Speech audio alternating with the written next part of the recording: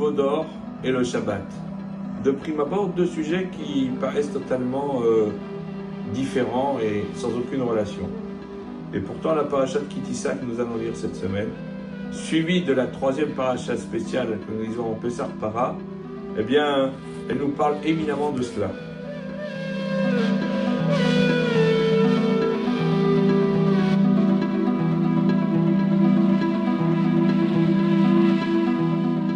D'abord parce que le Midrash nous enseigne que nos ancêtres auraient dû accomplir la Torah, l'accepter et dire Kol Asher Diber Hashem Na'aseh V'Nishma.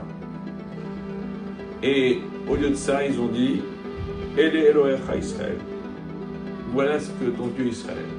Sous-entendu, l'acceptation pleine et entière de la Torah est intervenue tardivement. Elle a été précédée par une faute qui reste marquée, qui est indélébile, qui est celle de la faute du veau d'or.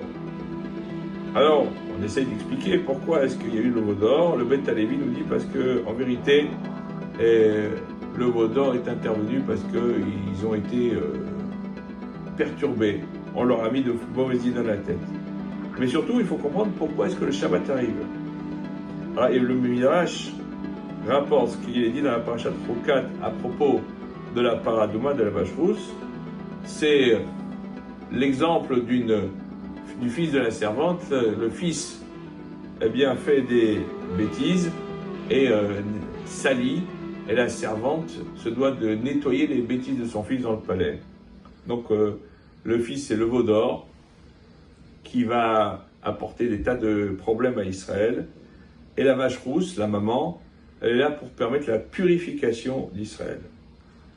Mais on sait que chaque mitzvah a des raisons cachées, secrètes, on ne les comprend pas tous. Et concernant cette problématique-là, il y a tout de suite après l'érection du Mishkan, du tabernacle dans le désert, dont on dit qu'il constitue la kapara, l'absolution des fautes causées par le veau d'or. Mais il y a quelque chose de beaucoup plus important que cela. Il y a le Shabbat. Et en vérité, dans le Shabbat, il y a la notion de Veshameru Bene Israël et Shabbat. Les enfants d'Israël observeront le Shabbat. Mais pour observer le Shabbat, il faut le comprendre. Donc dans le Shabbat, il y a le Na'aseh V'Nishma. L'observance du Shabbat constitue, nous dit le Beth Halevi, un tikkun, une réparation de la faute du veau d'or. Et évidemment, on peut comprendre que cette réparation s'inscrit parfaitement, c'est l'alignement des astres ou des étoiles, avec la lecture de la para Adouma, qui appelle à la purification d'Israël, alors que nous nous rapprochons à grands pas de Pessah, alors que nos frères et sœurs en Eretz Israël sont dans la quiétude que nous partageons avec eux. Nous devons nous dire que Vayeme à Purim, Zechrim et Narasim, ces jours de Purim, cette période de Purim, elle sera éternelle.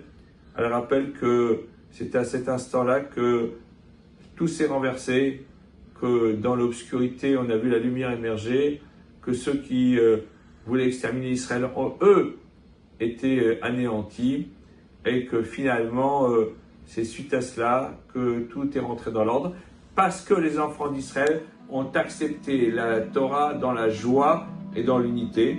C'est la condition sine qua non. Acceptons la Torah dans la joie et dans l'unité, et grâce à cela, nous serons délivrés de tous nos maux. Shabbat Shalom.